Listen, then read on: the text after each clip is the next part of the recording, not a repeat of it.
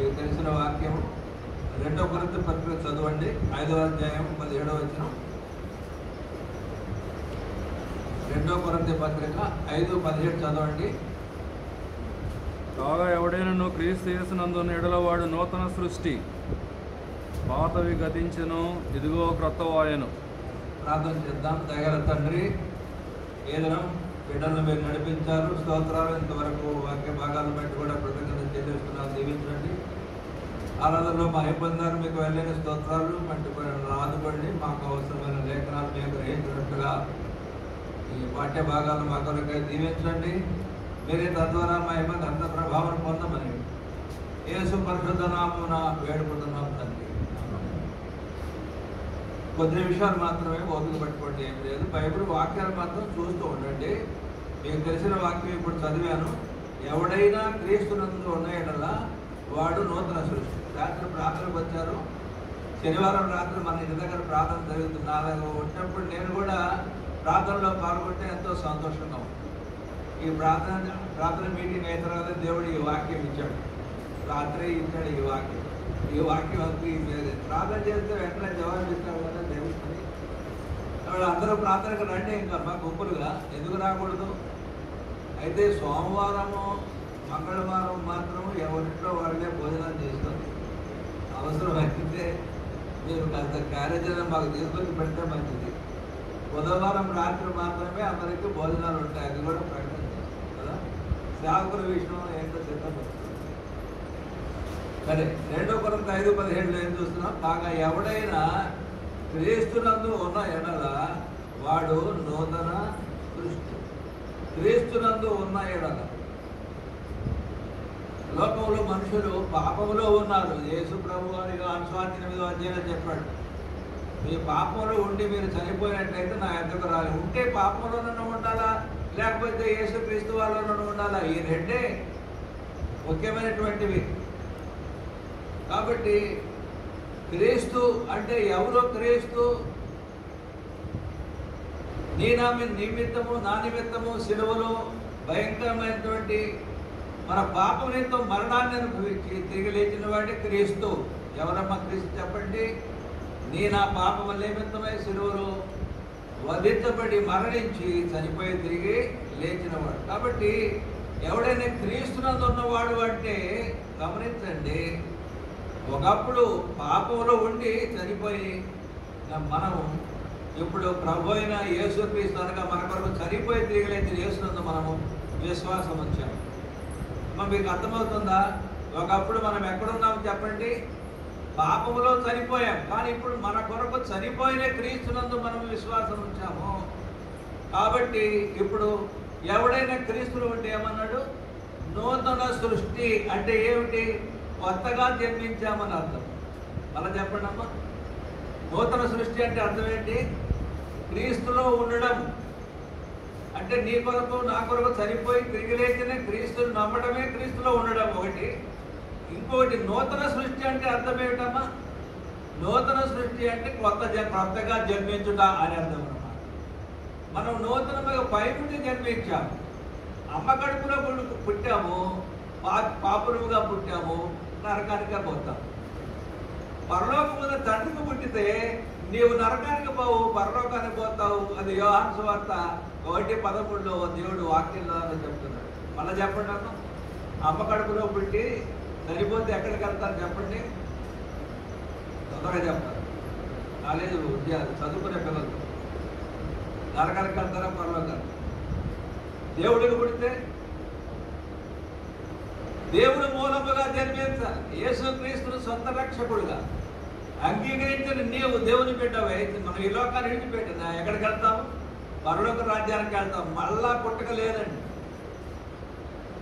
మళ్ళా నేను ఇంతకు ముందే చెప్పాను, మళ్ళా పుట్టక అనేటువంటిది మనిషికి లేదు. ఇంకొక కోతి రూపంలోనో, కుక్క రూపంలోనో, పాము రూపంలోనో, బలి రూపంలోనో ఇంకొక మళ్ళా మనిషి పుడతాడనేది తప్పుడు సిద్ధాంతం ఇది లోకంలో. బైబిల్ చెప్పేది ఏమిటంటే, దేవుడిని నమ్ముకున్న తర్వాత, దేవుడు నీకు రక్షణ ఇచ్చిన తర్వాత పరలోక రాజ్యమే నీకు. ఇంకా వెంటనే నీ ఆత్మ ఎక్కడికి వెళ్ళిపోద్దామా? తొందరగా చెప్పాలా? పరలోక రాజ్యానికి వెళ్తుంది. కానీ ఇంకా మళ్ళీ ఇంకొక అమ్మ కడుపులో పుట్టడమో, ఎవరు పిల్లగా పుట్టడం అట్లాంటి వరసలు అలాంటివి మనకి బైబిల్లో లేవు. దానికి ఆధారం కూడా లేదు. ఊరిక లోకంలో చెప్పుకునేటువంటి మాత్రమే. కాబట్టి నూతన సృష్టి అంటే మళ్ళీ చెప్పండి అర్థం ఏంటి? క్రొత్తగా జన్మించుట, నూతనముగా దేవుని మూలముగా జన్మించుట, ప్రభు అయిన యేసుక్రీస్తు వారిని సొంత రక్షకుడుగా అంగీకరించుట. మరి ఒక విషయము, యేసుక్రీస్తులో ఉండటము వేరు, యేసుక్రీస్తును మన లోపల ఉంచుకోవటం వేరు. రెండు మాటలు బైబిల్లో. యేసుక్రీస్తులో ఉండటం వేరు ఒకటి, యేసు మనలో ఉండటం ఒకటి. యేసులో ఉండటం దేవునికి స్తోత్రాలు, దేవుని బిడ్డలమే. అంత మాత్రమే కాదు, యేసు మన లోపలే ఉంటాడు. ఇక్కడ పెట్టుకొని అక్కడ యేసు ప్రభు బొమ్మను పెట్టి గోడల మీద పెట్టేసేసి రోజు దండాలు పెట్టాల్సిన అవసరం లేదు. ఎందుకనగా యేసు నీలో నాలోనే ఉన్నాడు అనేటువంటి వాక్యం మనం జాగ్రత్తగా గమనిస్తే మనం చూస్తున్నాం. చూడండి కొలసై పత్రిక, ఇప్పుడు చూడండి కొలసైలో ఆ వాక్యాల గురించి కొలసైలో పత్రిక పౌలు రాశాడు. కొలసై పత్రిక 10వ అధ్యాయము 27వ వచనం చూసుకోండి జాగ్రత్తగా, త్వరగా తీయాలి, నాకు టైం అయిపోతుంది. కొలసై రాసిన పత్రిక 1:27 చూడండి. అన్యజనులలో ఏ మర్మము యొక్క మహిమైశ్వర్యం ఏంటిదో అది అనగా మీ యందున్న క్రీస్తు. ఇప్పుడు క్రీస్తు ఎక్కడ ఉన్నాడు? గోడల మీద కాదు, ఫోటోల్లో కాదు, ఇప్పుడు మీ యందే ఉన్నాడు. ఏ మందిరాల్లో ఏ పెద్ద పెద్ద చర్చిలు కట్టినా అక్కడ కాదు యేసుక్రీస్తు అన్నది. ఎక్కడున్నాడు? మీ యందున్న క్రీస్తు అంటున్నాడు. యేసుక్రీస్తు మనల్లోనే ఉన్నాడు అనే మాటలో ఇందులో మనం తేటగా మనం గమనిస్తూ ఉన్నాం. చూడండి, అయితే ఉన్నాడా లేడా అనేటువంటిది కొంతమందికి అనుమానం కూడా వస్తుంది. కాబట్టి దీని గురించి భక్తులైన పౌలు ఒకసారి 2వ కొరింథీ పత్రిక చూడండి, 13వ అధ్యాయము 5వ వచనం. 2వ కొరింథీ పత్రిక 13వ అధ్యాయము 5వ వచనంలో యేసు ప్రభు మనలో ఎలా ఉంటాడు? ఉన్నాడా లేడా? అసలు ఇంతకీ మనలో యేసు ప్రభు ఉన్నాడా, సైతాన్ ఉన్నాడా? 13వ అధ్యాయం 5వ వచనం చదవయ్యా. మీరు విశ్వాసము గలవారై ఉన్నారో లేదో మిమ్మల్ని మీరే శోధించుకొని చూచుకొనుడి, మిమ్మల్ని మీరే పరీక్షించుకొనుడి. మీరు భ్రష్టులు కాని ఎడల యేసుక్రీస్తు మీలో ఉన్నాడు. మీరు భ్రష్టులు కాకపోతేనే ఉన్నాడు. మీలో విశ్వాసం ఉంటే మీరు భ్రష్టులు కాదు. మీరు విశ్వాసం లేకపోతే మీరు భ్రష్టులే అంటున్నాడు ఈ భాగంలో. మీరు భ్రష్టులు కాకపోతే యేసుక్రీస్తు మీరు విశ్వాసం లేకపోతే యేసుక్రీస్తు మీలో ఉండడు. దేవుడు అంటే ఎక్కడ పడితే అక్కడ ఉంటాడు అని చెప్పేసి ఈ లోకంలో కనపడే దానిలో కుక్క పూజ చేయడం, కుక్కల పండుగ కూడా పెట్టేవాడు. కుక్కలకు కూడా ఒక పండగ ఉంది మా ఊర్లో కదా, మీ ఊర్లో కూడా ఉంటుంది కదా. అందులో మీ ఊరు ఏ ఊరు అయ్యేది? ముష్టి. అసలు ముష్టి గుంట అయిపోయారు. ముష్టి గుంట లేకపోతే మా ఊర్లో కుక్కలకు కూడా రొట్టెలు. అట్లాగే ఎందుకంటే కుక్కల పండుగ అది. కుక్కల పండుగ నక్కల లోకాన్ని పూజ చేస్తారు. సృష్టికర్తను విడిచి సృష్టమును పూజ చేసేటువంటి వాడు లోకస్తులు. బైబిల్ దానికి ఒప్పుకోదు. అందుకని బైబిల్ ప్రత్యేకమైనదనే మాట మనం చూస్తూ ఉన్నాం. కనబడే సూర్యుడు గొప్పవాడ, కనబడినటువంటి సూర్యుడు గొప్పవాడు? ఒక మాటని అడుగుతారు చెప్పండి. కొని కనబడే సూర్యుడికి పొద్దున లేచి దండం పెడతారా లేదా? అందరూ మీరు ఎవరైనా పెడుతున్నారా? మనకు పెట్టట్లేదు. మనకంటే చాలామంది 199 సూర్యుడికి దండం పెడతారు. కానీ మలాకి గ్రంథం చివరి అధ్యాయంలో నీతి సూర్యుడు మీకు ఉదయించును అని. ఏ సూర్యుడమ్మా? ఈ వెలుగునిచ్చే సూర్యుడు మనకి ఆరోగ్యాన్ని ఇస్తాడు. పొద్దున్నే ఒక అరగంట సేపు కూర్చోండి, నల్లటోడు కూడా తలగైపోతాడు ఈ సూర్యుడు వెలుగులో. ఇప్పటి నుంచే చెప్తాను, మీరే రంగులు వేయక్కర్లేదు, పౌడర్లు వేయక్కర్లేదు. పౌడర్ అయితే ఇంకా ఎక్కువ బ్లాక్ అయిపోతుంది ఫేస్. ఆ సూర్యుడు లైట్లో ఒక అరగంట సేపు కూర్చోండి, కొద్దిగా తెల్లగా వస్తుంది, ఆరోగ్యం బాగుంటుంది. కానీ ఈ సూర్యుడు వెలిగిస్తాడు కానీ మన పాపాన్ని తీసివేయలేడు. యేసుక్రీస్తు ఎవరన్నా మలాకి గ్రంథంలో ఇది చూస్తే ఆయన నీతి సూర్యుడి మీకు ఉదయించును. ఏ నీతి సూర్యుడు అనగా మనలో పాపాన్ని తొలగించి మనకి నీతిని అనుగ్రహించేటువంటి వాడు. జూలియానంద ముందుకు రావాలి, ఎలా కూర్చోండి ఇక కుదరదు. జూలియానంద ముందుకు వచ్చి ముందు చర్చలు కూర్చోవాలా, ఆయన ఆరాధనలో కూడా మాట్లాడాలి. వచ్చే వారం నుంచి ఎట్లా మాట్లాడాలి అని అంటే నా దగ్గరకు రండి నేను చెప్తాను. ప్రతి చోట మాట్లాడాలి, బంధువులందరినీ మళ్ళీ తీసుకురావాలి. కాబట్టి ప్రియులారా మనం చూస్తున్నాం ప్రభు సహాయం ఇందులో ఉన్నది. ఇందులో ఏంటంటే లోకంలో ఉన్నటువంటి సూర్యుడి కంటే నీతి సూర్యుడు అనగా ప్రభు అయిన రక్షకుడు యేసు ప్రభు వారు ఆయన నీతి సూర్యుడని బిరుదు కలిగిన వాడు. మన పాపాన్ని తొలగించి మన చీకట్టు తొలగించి ఆయన మనల్ని పరిశుద్ధపరిచేవాడని మనం. కాబట్టి ఇక్కడ ఏమంటున్నాడు 2 కొరింథీ 13:5లో మీరు భ్రష్టులు కానీ అనల. మీరు అసలు విశ్వాసం ఉందా? రాత్రి ప్రార్థన చేశారు, పొద్దున ఈ వాక్యం ఇచ్చాడు, రాత్రి ఇచ్చాడు ఈ వాక్యం మీకు చెప్తున్నాను. ఎందువల్ల మీ ప్రార్థన వల్ల నాకు ఈ జవాబు వచ్చింది. ఎప్పుడైనా శనివారం మీరు నేను ఉన్నా లేకపోతే ప్రార్థన చేసినప్పుడల్లా నాకు మీరు ప్రార్థన చేయగానే ఈ వాక్యం నాకు ప్రార్థన వెంటనే జవాబు ఇస్తున్నాడు ప్రభు. ఈ భాగంలో చూస్తున్నాం. కాబట్టి మీరు రక్షించబడ్డారా లేదా నిజంగా ఏమైనా అనుమానం ఇంకా సందేహం ఉందా? లేదు. విశ్వాసం మీలో ఉంటే యేసు ప్రభు మీలో ఉన్నట్టే. ప్రార్థనలు చేశాము, ప్రార్థన జవాబు వచ్చినట్టే. కాబట్టి విశ్వాసము, ప్రార్థనలో కూడా విశ్వాసం ఉండాలి మంచిది. కాబట్టి 2 విషయాలు నేను చెప్పాను. ఒకటి ఏమిటనమాట, ఎవడైనా క్రీస్తునందున్న ఎడలా 2 కొరింథీ 5:7 కదా మనం చూసాము. 5:17 చూసాను. ఒకటి చెప్పండి, క్రీస్తులో ఉండటం ఒకటి, క్రీస్తు మనలో ఉండటం ఒకటి. 2 విషయాలు చెప్పి అయితే క్రీస్తు మనలో ఉండటం వల్ల మనకేం కలుగుతుందో ఒకసారి 1 యోహాను పత్రిక 4:4 త్వరగా వెళ్ళిపోదాం. చివరి తొందరగా తీయండి. 1 యోహాను పత్రిక 4 త్వరగా తీయాలమ్మా. వాళ్ళ టైం అయిపోద్ది. వాళ్ళు బయట నుంచి వస్తే మనం బయటకు నెట్టేస్తారు. 1 యోహాను 4:4 చూడండి. చిన్నపిల్లలారా మీరు దేవుని సంబంధులు, మీలో ఉన్నవాడు లోకంలో ఉన్న వారి కంటే గొప్పవాడు కనుక మీరు వారిని జయించి ఉన్నారు. కాబట్టి లోకంలో ఉన్నవాని కంటే వారిని అంటున్నాడు. పొరపాటు పడింది లేకపోతే అక్కడ వారిని జయించి ఉన్నారు. ఎవరిని మనం జయించి ఉన్నాం? ఎవరున్నారు మనలో? మనలో దేవుడు ఉన్నాడు. మనలో దేవుడు ఉన్నాడు కాబట్టి మనకు ఏం జరుగుతుంది? విజయం జరుగుతుంది. ఎవరి మీద బాబు? లోకంలో ఉన్నవాడెవడు? మనలో ఉన్నవాడెవడు? మనలో ఉన్నవాడు దేవుడు. మళ్ళీ గుడికి పోయి దండాలు పెట్టడం, మళ్ళీ ఫోటోలకు దండాలు పెట్టడం, మనలో ఉన్నాడు దేవుడు. ఇప్పుడు మనలో ఉన్నవాడు కాబట్టి ఇప్పుడు ఏం చేస్తాడు? లోకంలో ఎవడున్నాడు? వాడున్నాడు పెద్దడు. వాడు లోకానికి అందరికి కూడా మోడీ కంటే పెద్ద అధికారి వాడు. వరల్డ్ లీడర్ వాడు. ఈ వరల్డ్ లీడరు, ఈ లీడర్ కింద ఉన్నారు ఈ ప్రపంచం అంతా కూడా. అందుకనే ఈ ఎలక్షన్లు, ఈ రాజ్యాలు ఇవన్నీ కూడా ఇట్లాగనే వస్తూ ఉన్నాయి. ప్రపంచం ఇంకా తర్వాత ఏమవుతుందో మనం చూస్తాం. కాబట్టి దేవుడు నీ లోపల ఉన్నాడు. కాబట్టి మీరు ఎవరిని జయించారు? దుష్టిని జయించి ఉన్నారు అనేది యోహాను పత్రికలో మనం గమనించినట్టు దుష్టిని జయించే వాళ్ళు ఎవరు అంటే సాతాన్ని జయించే వాళ్ళు ఎవరు అనేది మనం చూస్తే ఈ 2వ అధ్యాయంలోనే ఉంది ఆ మాట. 2వ అధ్యాయం 13 కదా, తండ్రులారా మీరు ఆది నుండి ఉన్నవాన్ని ఎరిగినారని మీకు రాయిస్తున్నారు. యవనస్తులారా మీరు దుష్టిని జయించి ఉన్నారు. ఎవరమ్మా ఈ యవనస్తుడు? అమ్మా కబడ్డీ ఆట ఆడేవాళ్ళ, క్రికెట్ ఆడేవాళ్ళ? ఎవరమ్మా యవనస్తులు అంటే? దుష్టిని జయించే వాళ్ళు అనే మాట అర్థం చేసుకోండి బాబు. యవనస్తులు అంటే నిజమైన యవనస్తులు ఎవరు? వయసును బట్టి యవనస్తులు కాదు. సాతానును జయించాలి. అవును. ఎలాగ జయిస్తున్నారు చెప్పండి.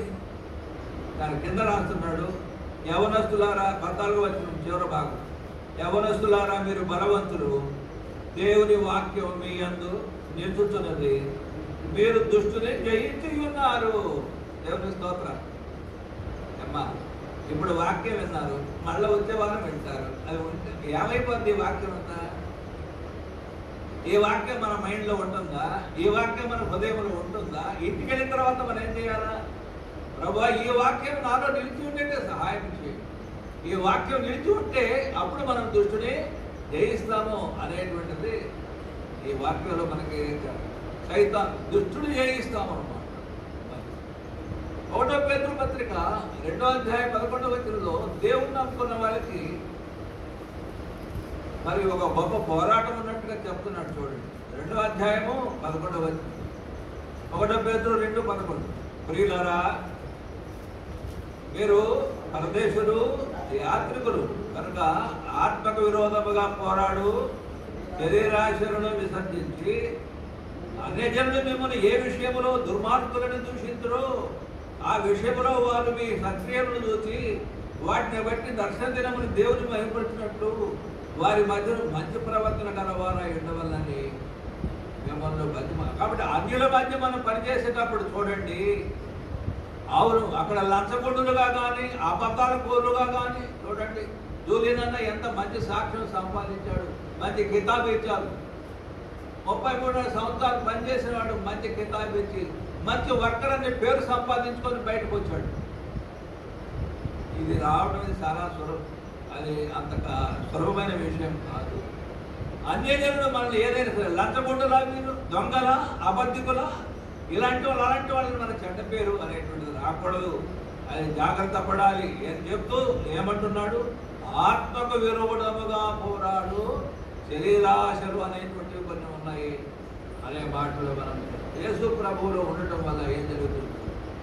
కొద్ది వచనాలు మనం ముగించుకోవాలి. సువార్త 15వ అధ్యాయం చూసుకొని త్వరగా ముగిద్దాం. 15వ అధ్యాయంలో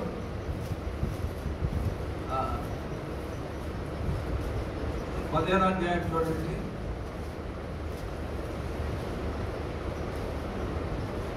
ఐదవ వచనము ముందుగా చదువుదాం. యోహాను సువార్త 15:5 ద్రాక్షవల్లిని నేను, తీగలు మీరు. ఎవడు నా యందు నిలిచియుండును, నేను ఎవరి యందు నిలిచియుండును. మళ్ళా చెప్తున్నాడు, వాడు బహుగా ఫలించును, నాకు వేరుగా. కాబట్టి యేసుప్రభు మనలో ఉన్నాడా? మనం యేసుప్రభులో ఉన్నామా? అలాగైతే మనం దేవుని కొరకు బహుగా ఫలిస్తాము అనే మాట మనం చూస్తాం.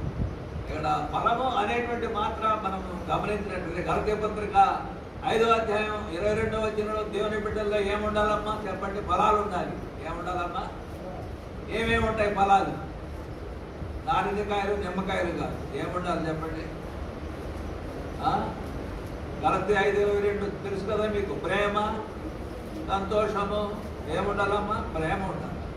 ఏమన్నా ప్రేమ ఉందా లేదా? అది ఎవరు కావాలో ఆలోచన చేసుకోవాలి. ప్రేమ 5:22 ప్రేమ ఉండాలి. ఒకటి సంతోషం ఉండాలి. ఏముండాలమ్మా? సంతోషం అంటే టీవీ చూసుకున్న సంతోషం ఎక్కడికని కాదు, దేవునిలో సంతోషం ఉండాలి. రక్షణ సంతోషము, భక్తి జీవితంలో సంతోషం అనే దాన్ని ఉంటాము. సమాధానం ఉండాలమ్మా. ఎవరితో ఎవరికి సమాధానం అమ్మా? దేవుడితో నీకు సమాధానం ఒకటి, ఒకరితో ఒకరు సమాధానం ఒకటి ఉండాలి. ఈ సంగమం అనేది ఉన్నప్పుడు ఒకరితో ఇంట్లో ఉన్న వాళ్ళకి ఒకరితో ఒకరికి సమాధానం ఉందా లేదమ్మా? పేరు మాత్రం సమాధానం అమ్మా, మనిషి మాత్రంలో సమాధానం లేదు. నేను చెప్పాక తిరుపతిపేట నాకు ఫ్రెండ్ ఒకడు ఉండేవాడు, సువర్తికుడు, ఆరోగ్యం కదా ఆయన పేరు. ఆయన పేరేంటమ్మా? ఆరోగ్యం గారు. అయ్యా వందనాలంటే రాగానే నేను అడిగేవాడిని, అయ్యా వందనాలంటే ఆరోగ్యం గారు మీ ఆరోగ్యం ఎట్లా ఉందంటే అదే లేదన్నా అని. పేరు ఆరోగ్యం గారు ఆరోగ్యం లేదు, సమాధానం అని పేరు ఉంది కానీ మనసులో నీ హృదయంలో సమాధానం లేదు, ఇంట్లో సమాధానం లేదు, సంఘంలో సమాధానం లేదు, దేవుడితో నీకు సమాధానం లేదు. అయ్యయ్యో ఎంత బాధాకరమైన విషయం. ఎన్నిసార్లు చెప్పాలంటే టైం చాలా అయిపోతుంది. ఈ సమాధానం తర్వాత ఇంకేం కావాలా? దీర్ఘశాంతం కావాలా? ఓచుకో ఓచుకో ఓచుకో ఓచుకో. తప్పులు జరుగుతూ ఉంటాయి, ఇంట్లో జరుగుతాయి, పిల్లలు చేస్తారు, సంఘంలో జరుగుతుంటాయి. అయినా ఓర్చుకో ఓర్చుకో. నేను ఎవరన్నా ఏమన్నా అన్నా ఓర్చుకో, చిన్నపిల్లలన్నా ఓర్చుకో. దీర్ఘశాంతం దేవుడికి ఎంత ఉంది చెప్పండి? దయాళుత్వము, ఇంకా మంచితనం అనేది మనలో ఉండాలంటాడు. విశ్వాసము, సాత్వికము, ఆశా నిగ్రహం అంటే సెల్ఫ్ కంట్రోల్. ఆశ నిగ్రహం అంటే ఏంటి? Self control. కనబడిందంతా తిందాం, కనబడిందంతా కట్టుకుందాం. ఆశా నిగ్రహం అనేది ఉండకపోతే జాగ్రత్త సుమండి. తిండి విషయంలో కూడా జాగ్రత్తగా ఉండాలి. ఎట్టబడితే అట్లా తిన్నారో అయిపోతారు, మళ్ళీ గుండె ఆపరేషన్ చేసుకోవాల్సి వస్తుంది. అందుకని సెల్ఫ్ కంట్రోల్ ఉండాలా. సంసారం చేసేటప్పుడు కూడా సంసారంలో భార్యాభర్తలు కూడా సెల్ఫ్ కంట్రోల్, ఇష్టం వచ్చినట్టు సంసారాలు చేయకూడదు. ఇంటి విషయంలో ప్రతి విషయంలో కూడా సెల్ఫ్ కంట్రోల్ అనేటువంటిది ఉండాలని దేవుని వాక్యం మనకి చెప్తూ ఉందండి. యోహాను సువార్త 15వ అధ్యాయం 5వ వచనంలో చదవయ్యా. ఆ వాక్యాన్ని త్వరగా ముగిద్దాం.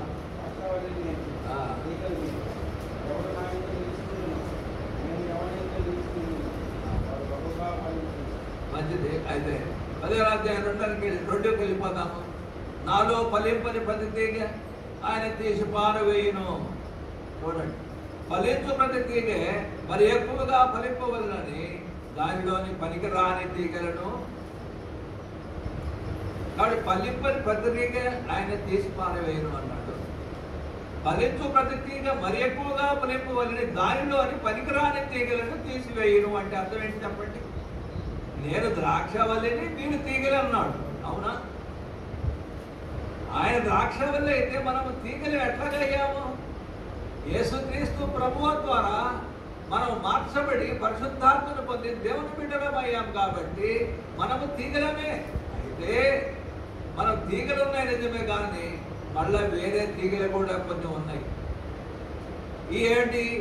మనం మంచి తీగలం అయితే పనికిరాని తీగలు కొన్ని వస్తున్నాయి. మనకి మంచి తీగలు దానికి కాయలు కాసి ఫలించాలి అని అంటే పనికిమాలిన తీగలు కొన్ని చాటమంటారు. అందుకని ఈ తీగలు బాగా పండు ఫలించాలి అని అంటే ఈ పనికిమాలిన తీగలు తీసివేయమన్నాడు. ఏమన్నాడు? ఫలించు ప్రతి తీగే మరి ఎక్కువగా ఫలింపవలనని దానిలోని పనికిరాని తీగలను. అమ్మా, నువ్వు బాగా ముందుకు రావాలా, ప్రేమగా ఉండాలా, సంతోషంగా ఉండాలా, దేవుని సేవలో ఆసక్తిగా ఉండాలా, వెనకకుండా ముందుకు సాగాల, సంఘంతో కలిసి ముందుకు సాగాల, పనికిరాని తీగలు తీసి పారేసేయమన్నారు. మనల్ని ఏం తీసేయాలని చెప్పండి? ఏంటి ఆ పనికిమైన తీగలు కొన్ని చెప్పండి అమ్మా. ఒక్కొక్క ఇంటి నుంచి ఒక్కొక్కరిని ఉండొచ్చు పనికిమాలి, ఒక్కొక్కరి దగ్గర కొన్ని పనికిమాలిన తీగలు ఉండదు. చెప్పండి. అబద్ధాలు, అదొక పనికిమాలి. ఇంకా చెప్పండి. కట్టకుండా దాచిపెట్టుకోవడం, కూతురు మాట్లాడటం, ఇంకా దేవుడికి ఇవ్వడం, ఎన్నున్నాయి పనికిమాలినవి. ఇవి మనల్ని పైకి రాకుండా చేస్తున్నాయి. పనికిమాలినవి మనల్ని ఫలింపజేయకుండా, మనం ఫలించకుండా చేస్తున్నాం. అందుకని దేవుడు ఏం చేస్తున్నాడు? వాటిని కత్తిర. అదే ద్రాక్ష చెట్లు, ద్రాక్ష చెట్లు చేసే కత్తిర వేసేవాళ్ళు ఏం చేస్తారు? ఆ పనికిమాలిన ఎప్పుడైతే ఉంటాయో వాటిని కత్తిర వేస్తాడు అన్నమాట. కత్తిరేసినప్పుడు చెట్టు ఏడుస్తుంది. ఏడుస్తుంది. కత్తిరేసినప్పుడు ఏం చేస్తుంది? చెట్టు ఏడుస్తుంది, కన్నీళ్ళు పెడతాడు. దేవుడు కూడా మనకి శిక్ష విధించినప్పుడు కొంచెం కన్నీళ్ళు వస్తూ ఉంటాయి అన్నమాట మనకు.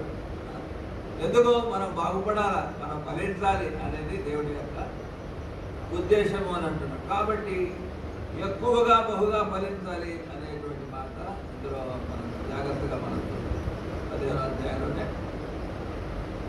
ఇంకా 15వ అధ్యాయం 5వ వచనంలో చూసినప్పుడు ఇంకా ఏం చదివామా? ద్రాక్షవల్లి నేను, తీగలు మీరు. ఎవడు నాయన నిలిచియుండునో, నేను ఎవరు ఎందుకు నిలిచియుండునో వాడు బహుగా ఫలించినాను మళ్ళా చెప్తున్నాడు. వాడు నిలిచి ఉండటం వేరు, రక్షణ పొందాము, నిలిచి ఉండటం అనేది నిజమే, కానీ దేవుని యొక్క సేవలో మనం ఎంతవరకు నిలిచి ఉన్నాము అనేది ఒక మాట.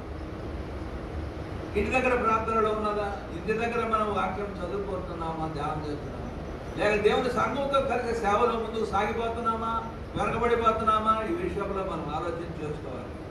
అందువల్ల క్రీస్తులో నిలిచి ఉండుట అనేటువంటిది మనము తప్పనిసరిగా నిలిచి ఉండటం వల్ల మనం ఫలిస్తామని కూడా ఈ భాగంలో మనకు దేవుడు ఈ భాగంలో చెప్తూ ఉన్నాడు. కాబట్టి చాలాసార్లు మనం ఎందుకని నిలిచి ఉండలేకపోతున్నాం దేవుని పనిలో? ఫిలిప్పీ పత్రిక 2వ అధ్యాయం 21వ వచనం చేస్తున్నారు. అనేక మంది తాము సొంత కార్యములనే చూచుకొనిచున్నారు, కానీ యేసుక్రీస్తు కార్యములను చూడరు అంటున్నాడు భక్తుడైన పౌలు. మనం ఎందుకని ఈ విధంగా ఫలించలేకపోతున్నామా? సేవలో ముందుకు సాగాలంటే మన పనులు ఎక్కువైపోయింది. దేవుడికి అసలు కొంచెం కూడా పని, మనకు సమయం అసలు ఇవ్వనే ఇవ్వము. మన పనికే మనకు సరిపోదు. మరి డ్యూటీ ఉందండి, నూరుకోవాలండి. ఏం నూరుతాము? ఎన్నిసార్లు నూరుతూ ఉంటాం? కొంచెమైనా సమయం, ఏ సమయము అనేది కేటాయించాలి. ప్రతి దానికి కూడా కొంచెం సమయము అనేది దేవునికి ఇవ్వడం అనేది దేవుడు మన దగ్గర నుంచి కోరుతున్నటువంటి. కాబట్టి సొంత కార్యములే అన్నీ చేసుకుంటా పోతున్నారా? దేవుడి కార్యానికి ఇంకా ప్లేస్ లేదా అని ఫిలిప్పి ఆ భక్తుల పౌలు ఆ మాటలు మాట్లాడుతున్నారు. అధ్యాయం 16 వచ్చిన చూడండి, ఆఖరికి యోహాను సువార్త 15:16, మీరు నన్ను ఏర్పరచుకొనలేదు, మీరు నా పేరున తండ్రిని ఏమడుగుదురు అదే ఆయన మీకు అనుగ్రహించినట్లు. చెప్పండి, ఇప్పుడు మీరు వెళ్ళి ఫలించుటకు, మీ ఫలముని ఇచ్చుటకు. ఇప్పుడు ఫలించాలంటే మరి ఒకటి ఉన్నది అవకాశం, వెళ్ళి ఫలించాలి. అదే పౌరక మీటింగ్. పౌరక మీటింగ్లు అంటే ఇదే అర్థం, వెళ్ళి ఫలించడమే అర్థం. వారంకి వెళ్ళాలి, లేకపోతే పులిపాకి వెళ్ళాలి, ఇంకో తోటకి వెళ్ళాలని. వెళ్ళి ఫలించాలి. ఇంట్లో ఉంటే ఆదివారం ఎక్కడ నాకు కాదు, ఇక్కడ రక్షించబడి ఆరాధన చేసుకోవడానికి మాత్రమే కాదు దేవుడు మనల్ని ఏర్పాటు చేసి మనం లోకంలోకి వెళ్ళిపోవాలి. లోకంలో వెళ్ళి యోహాను సువార్త 20:21 చూడండి. యోహాను సువార్తలోనే యేసుప్రభు వారు ఏం చెప్తున్నారు నమ్ముకున్నటువంటి వాళ్ళకి 20:21లో, అప్పుడు యేసు మరలా మీకు సమాధానము కలుగునుగా, తండ్రి నన్ను పంపిన ప్రకారము నేను మిమ్మల్ని పంపుతున్నాను. దేవుని స్తోత్రం. ఏం చేస్తాడమ్మా? మనల్ని లోకంలోకి ఆయన పంపుతున్నాడు. ఇంకా లోకంలోకి వెళ్ళిపోవాలి అనే మాట. ఎవరు వెళ్తారు దేవుని యొక్క పరిచర్య కోసం, దేవుని పని కోసం? ఎవరు ముందుకు వెళ్తారు? ఉన్నారు కదండి, పెద్దవాళ్ళు చూసుకుంటారు. ఆఖరికి యెషయా గ్రంథము 6:8 ఎవరు పోతారు? సేవకి ఎవరు పోతున్నారు? పనికి ఎవరు పోతున్నారు? ఒకసారి ఒక వాక్యం చూసుకుంటాం. 6:8 యెషయా గ్రంథం 6:8 అప్పుడు నేను ఎవరిని పంపెదను, మా నిమిత్తం ఎవడు? మా నిమిత్తం అంటే అక్కడ త్రిత్వమైన దేవుడు అంటే ఎక్కువ మన పంపిస్తాను. ఏమన్నాడు? మా నిమిత్తము ఎవరు పోను అని ప్రభు సెలవేగా వింటిని. అందుక నేను చింతగించము, నేనున్నాను, నన్ను ఉన్నారా? ఎవరైనా సువార్తగా సమర్పించుకుంటారా? నేను చిన్నప్పుడే ఈ ఉద్యోగానికి ఎందుకు చేశారు? 30 సంవత్సరాలు నేడే కేంద్ర ఉద్యోగం లేదా కార్యనిర్వహణాధికారి ప్రోగ్రామ్ ఎగ్జిక్యూటివ్ ఇవ్వడం పనిచేశాను. అసలు నాకు ప్రమోషనే అక్కర్లేదని చెప్పాను. అసలు లేకపోతే నేను డైరెక్టరే దిగి వచ్చిన వాడు. అసలు ఇప్పుడేమో అసలు ఈ 30 సంవత్సరాలు ఎందుకు వెయిట్ చేశానయ్యా ఉద్యోగం? ఆ చిన్నప్పుడే సువార్తికుడిగా పనిచేయాలని బోధించి నన్ను బలపరిచినటువంటి విధంగా మీరు మంచిగా ఉండండి అన్నారు నా పెద్దలు. కానీ సువార్తికుడిగా సమర్పించుకునేంత ఆత్మీయమైనటువంటి జ్ఞానాన్ని ఆ రోజుల్లో మాకు బోధించలేదు, లేకపోయినా పొందలేకపోయినా. సువార్తికుడు అని అంటే అందరికంటే కూడా గొప్ప సేవ చేసేటువంటి వాడు, దేవుని యొక్క పిలుపు పొంది బయటకు వచ్చేవాడు అనే మాట ఇందులో మనం గమనిస్తాం. కాబట్టి ప్రియులారా ముగిస్తూ, కాబట్టి 2 మాటలు ఒకటి గుర్తుపెట్టుకోండి. వాళ్ళు చెప్పింది ఏంటంటే క్రీస్తు, ఎవడైనా క్రీస్తులో ఉండుట ఒకటి, క్రీస్తు మనలో ఉండుట ఒకటి. 2 అంశాలు. క్రీస్తు మనలో ఉంటే ఎవరిని జయిస్తామని చెప్పండి? దుష్టుని జయిస్తాం. వాడు ఏం చేస్తాడు? గర్జించు సింహం వల్లే ఎవరిని మెరుగుతారా ఆయన వాడు వెతుకుతున్నాడు. పేతురు పని చూస్తారా? ఎలాగ జయిస్తారో చెప్పండి? యవనస్తులారా మీరు దుష్టుని జయించున్నారు, ఎందువల్ల మీరు బలవంతుడు. ఎవరమ్మా బలవంతుడు? దుష్టుడైన సాతానుని జయించిన వంటి వారే బలవంతుడు. ఎట్లా బయలుదే? దేవుని వాక్యం మీ హృదయంలో జయించి ఉంది. అమ్మ బైబిల్ చదువుతున్నారా? అసలు వాక్యం అనేది హృదయంలో ఉంటుందా? ఇంటికి వెళ్ళిన తర్వాత ఆ వాక్యం మనసులో పెట్టుకుంటున్నారా? గమనించండి. ఇంకొకటి ఉంది, మనం వాక్యాన్ని అంగీకరించాలి, బహుగా ఫలించాలి అనేది కూడా మనం గుర్తుపెట్టుకోవాలి. తర్వాత పనికి మాలిన ఇంకా బాగా ఫలించాలి అంటే పనికి మాలిన తీగలు వాక్యానికి, సంతోషానికి, దేవుని ఆత్మకు ఆటంకమైనటువంటి ఏమైనా ఉన్నాయా మన యొక్క జీవితాలు? పొరపాట్లు, బలహీనతలు ఏమైనా దిద్దుకుందాం, ఒప్పుకుందాం, విడిచిపెట్టేసేద్దాం కదండి. వాడు ఏం చేస్తున్నాడు? ఇప్పుడు తోటమాలి ఏం చేస్తున్నాడు? కత్తెర తీసుకొని పనికిమాలిన వాటిని అన్నింటినీ కత్తిరించాడు. బాబు వింటున్నారా? వెనక కూర్చున్నాడు. పనికిమాలిన వాటిని కత్తెర వేస్తాడు. పనికిమాలిన వాటిని కత్తెర వేసి మనం తీసేసుకుంటే మనం దేవుని కోసం బాగుగా ఫలిస్తాం. అది దేవుడు చెప్తున్నటువంటి మీరు వెళ్ళి ఫలించండి అంటాడు. అంటే మనం అందరం వెళ్ళాలి. ఎక్కడికమ్మా? పదాలు వెళ్ళాలి, గ్రామాలు వెళ్ళాలి, అన్ని సర్వలోకానికి వెళ్ళాలి. వెళ్ళటానికే నేను మిమ్మల్ని ఏర్పాటు చేసుకున్నాను అన్నాడు. కాబట్టి లేదా ఈ సంగతులన్నీ సంగతులే ఆయన ఇంకా ఎక్కువగా ధ్యానం చేయాల్సిన అవసరం కూడా ఉంది. స్తోత్రాలు. టైం కూడా ఎక్కువైపోయింది. చిన్న ప్రార్థన అందరూ ప్రార్థన చేద్దామమ్మా. కళ్ళు వంచండి, అందరూ ప్రార్థనలో ఉండండి. తల మీద ముసుగు లేకపోతే ముసుగేసుకోండి. మగవాళ్ళు ముసుగేసుకోకూడదు, ఆడవాళ్ళు మాత్రమే ముసుగేసుకోవాలి. పరిశుద్ధులవు నీతిమంతులైన మా ప్రభు, ఆరాధనలో బిడ్డలు బలపరిచారు, ఆదుకున్నారు, మీ స్తోత్రాలు. అదేవిధంగా యాత్రికలో ఇతర పెద్దల ద్వారా మీరు మాట్లాడిన స్తోత్రాలు. మీ వాక్యాన్ని మేము మర్చిపోయే వరంగా కాకుండా ప్రభు, ఇది మనుషుల మాటలని కాకుండా ఇవి మీ నోటి మాటలని మేము గ్రహించి ఈ మాటలను మా మనసులో హృదయంలో దాచుకొని ప్రభు మీ కొరకు పనికిమాలిన తీగలు ఏమైనా ఉంటే వాటిని తీసేసుకోండి. ఆయన మీ కొరకు బహుగా ఫలించి సేవలో ముందుకు సాగే వాళ్ళగా ఉంటారు. సహాయం దయచేయండి నాయన.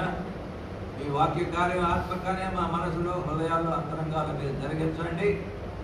ఇంకా ఈ 3 దినాల పరిచర్య ద్వారా కూడా మీరే మహిమ పొందండి. వాతావరణాన్ని అనుకూలపరుచుకోనండి. ఈ దినమంతా మాకు తోడుగా ఉండి మీరు మహిమ పొందమని యేసు పరిశుద్ధ నామమున స్తోత్రం చెల్లించి వేడుకుంటున్నాం తండ్రి. ఆమేన్. అందరికీ